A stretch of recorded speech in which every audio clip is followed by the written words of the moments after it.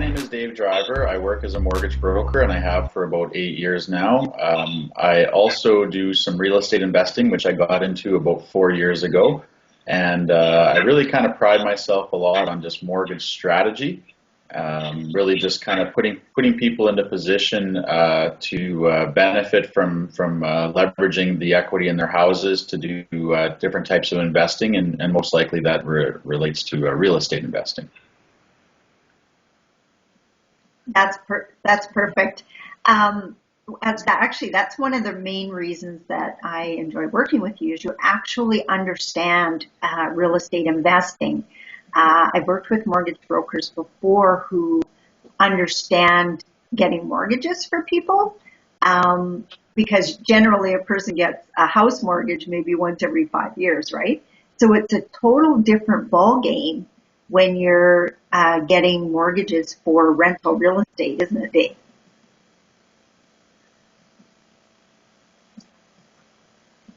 Yeah, it's quite a bit more complicated. I have about 22 different lenders that I deal with through TMG, the mortgage group, which is the brokerage that I work for. And they're generally all the same. When somebody comes in and they're trying to buy just a regular house, it's typically finding the best mortgage program for them or product, but they're all kind of similar. So really that just amounts to finding the lowest interest rate. But when it switches to a revenue property, everything changes. I mean, there's only a select few of those 22 lenders that will even do mortgages on rental properties. And then out of those lenders, there's some of them that they all have different guidelines and different formulas and procedures and policies. And some of them will only allow up to 4 rental properties. Some allow 6. Some allow a 50% rental offset in rental income. Some allow you to do a spreadsheet where as long as it cash flows, you're good. Some allow you to take it right out of the ratios. I mean, they're always constantly changing. So it does become quite a bit more complicated when you're dealing with rental properties, and you really have to be aware of that and just knowing, which lenders to work with and how to help set your clients up in a position where they'll qualify to purchase a rental property. And not only that, put themselves in a position and qualify to purchase more and grow their portfolio if that's what they want to do. Yes. Totally agree. We've worked together, for four years now? Yeah, probably something like that, yeah. Yeah, and I know you've been able to get a lot of mortgages. I still remember when you... Say that again, Dave? Sorry, go ahead. I interrupted you. You go ahead. Oh, I was just going to say,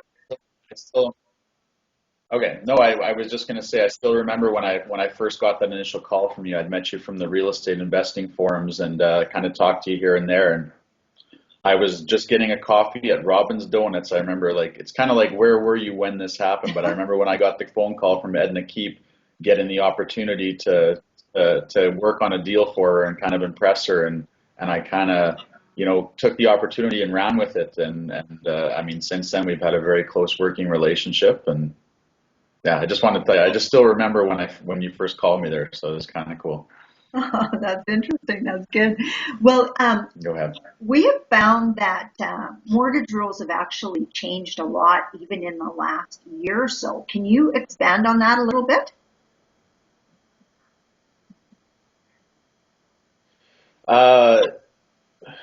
In what regard? In regards to rental properties, or?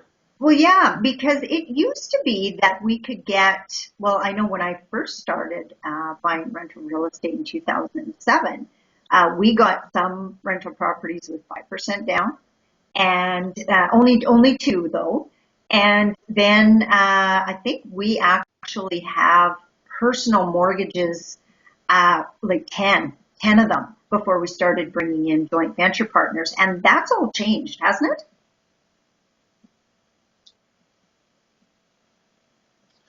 Yeah, I mean, we can even go back as far as 2007. I mean, before I even get into all these changes, generally when there's a change in regards to mortgage qualifying, it's usually making it harder to qualify. They never seem to make a positive change to make it easier. It's the banks that tighten the guidelines to limit their exposure to risk. So really, it just makes it tougher and tougher. I mean, you used to be able to get a rental property with 5% down. And I mean, even then, you used to be able to write into the offer where, let's say you bought a house for $100,000, you could put the $5,000 down and then write into the offer that you were going to get $5,000 cash back to do home renovations, and the banks were fine with that. So you could acquire rental properties with no investment at all. Once you got your money back, go and do it all over again, like the next week even. You know, and that changed where the banks no longer allowed the cash back, and so you had to be really kind of creative if you wanted to try and get your capital back out. Then they increased the rental or the minimum down payment to 20% for rental properties. That would have been back about 3 years ago, I think. There were some banks that had an unlimited number of rental properties that you could qualify for, but there was only about 2 or 3 of those banks that could do that. One of the banks that was the case has now gotten rid of that. One of the other banks still allows it, but you only can use 50% of your rental income, and you have to qualify for 100% of the expenses, and those debts can only be 40% of what your income is, which, without doing the math, it makes it virtually impossible for somebody to qualify to carry more than 2 or 3 rental properties. So yeah, I mean, these guidelines are constantly changing, and it's just really hard to keep up with them, and you just got to know which lenders are going to work for your investor situation for what they're looking to do. But yeah, it seems like the guidelines always change, and it's not necessarily for the better in the eyes of the investor or the customer that's trying to get the mortgage. You know, and with that said, sometimes that actually brings us opportunities, doesn't it? One of the things that we do is rent to own for people, because not only is it tougher for real estate investors, but it's also tougher for first-time home buyers. So sometimes when first-time home buyer goes to a bank to get a mortgage, because the rules are so much tougher, they can't qualify. So then sometimes we can help them by bringing in an investor who buys the house until they are able to qualify. And one thing I really like about Dave is he will work with those, we call them tenant buyers. He'll work with those for me. So I can take a rent-to-own tenant, send them to Dave and say, Dave, what does this tenant need to do over the course of the next year, 2 or 3 years in order to qualify for their mortgage?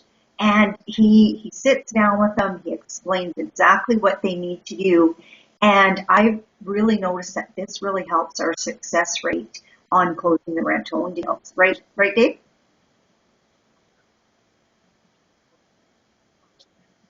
Definitely. I mean, not even just rent to owns, but anybody that's going to sit across from me and look for mortgage advice or mortgage help, whether they're looking to buy a house right away, whether they're looking to buy their first rental property, whether they're looking to buy their 10th, or whether they're not quite ready and they're looking to see if the rent to own option is best for them. I'm just looking out to try and help them in whatever way I can and really educate them. I'll sit down, I'll get all their information, and once I get a snapshot of their financial background, I can give them advice accordingly on whatever that situation is. Now, in regards to a rent to own, typically I get all the information, and we most likely do a credit check at the end of that.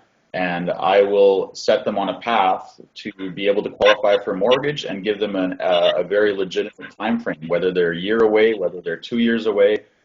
Here's what they have to do. They have to maybe get a credit card. Maybe they have to manage this credit card a certain way. I'll even tell them how to do that properly to build the credit as fast as possible.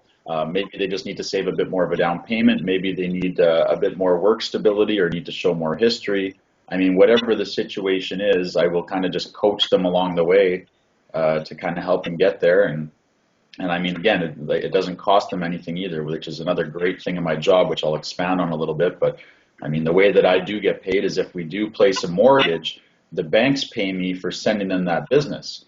So it doesn't ever cost anything for me to help people, which is awesome. And I get to take money from the banks, which I don't mind because they make billions of dollars. So. Exactly, exactly.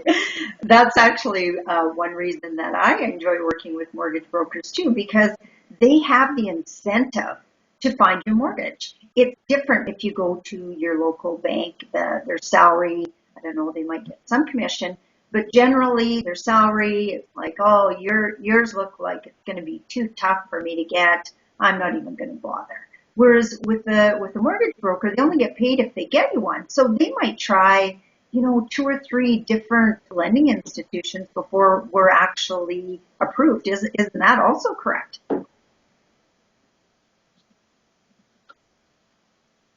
That is true. Yeah. I mean, the hope is that I can review the situation and that application and know which lender it's going to be a fit with, because it can be time consuming having to start all over again, or when the banks don't really like it when you send it to 2 or 3 different banks, because then you're having to cancel 2 of them, and that counts against funding ratios and all that kind of stuff, which I won't get into the politics of all that, but no, you're right. I mean, one of the advantages of dealing with a broker is, as opposed to going with the bank, is we do have the motivation to fund the deal. And even if there's some issues and stuff on one of these tougher deals, you go to your bank and do everything. And if they can't get the mortgage, well, now you're starting all over again. Whereas with the broker, if it is a tougher deal, we may have sent it to a couple of banks already, or we can just send it to a bank right away as soon as we think that there might be some issues. And we also only use the one credit check, and we can send to as many lenders as we want. So it's just a lot more option. And one of the advantages too, and not to badmouth the banks and everything, but sometimes you just don't know who you're getting at the bank, and you don't know what their expertise level is. And sometimes those banks might not have the right program for what you're looking for. And as a broker, we have the experience and the expertise to know exactly which lender is going to be the best fit. And we know of all the programs, and we're just a little bit more, usually a little bit more experienced and knowledgeable, and just you're kind of in better hands with a broker, because really that's all we do is mortgages. Whereas some of these bank people, they might do a lot of other things, and you just don't know if you're getting somebody that's been there for 20 years and is very capable, or if you're getting somebody that just got out of training and has never done a mortgage before. So, there's a lot of different advantages. I can go on and on about that, but that's a whole nother interview, I think, is the advantage of a broker. That's very true. Well, thank you very much, Dave, for speaking with us today. Audience, I just want to let you know that Dave is going to be at our event, the weekend event, June 12th, 13th, and 14th, our Prairie Real Estate Forum. We're so excited. And he's going to be speaking on stage, and he's going to have a booth there, and give him a chance. Talk to him. You'll find he's very personable and very, very knowledgeable. And once you have somebody like him in your corner, it makes your life so much easier. So once again, Dave, thank you very, very much. And I look forward to hearing you speak at our event in June. Okay, we will. Perfect. Thank you very much, Edna. I look forward to. I'm getting excited. It's going to be an exciting time for Saskatchewan. I was just at Saskatchewan Real Estate Investment Forum in Saskatoon on Tuesday. And it's amazing how excited people are about Saskatchewan. For the first time in my life, I heard people say, you know what, Saskatchewan is a better place to invest than Alberta. We have diversification that Alberta just doesn't have. And when I hear stuff like that, it's like so exciting. And to know that we're living here, we can take advantage of that. And we just have to show people to stop seeing the forest for the trees and make some money in their own province, right?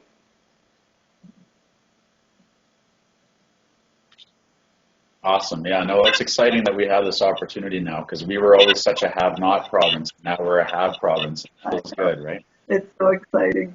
Okay, well, thanks again, Dave, and have a good day. We'll talk to you soon. You too. Thanks, Edna. Okay, bye-bye. Bye.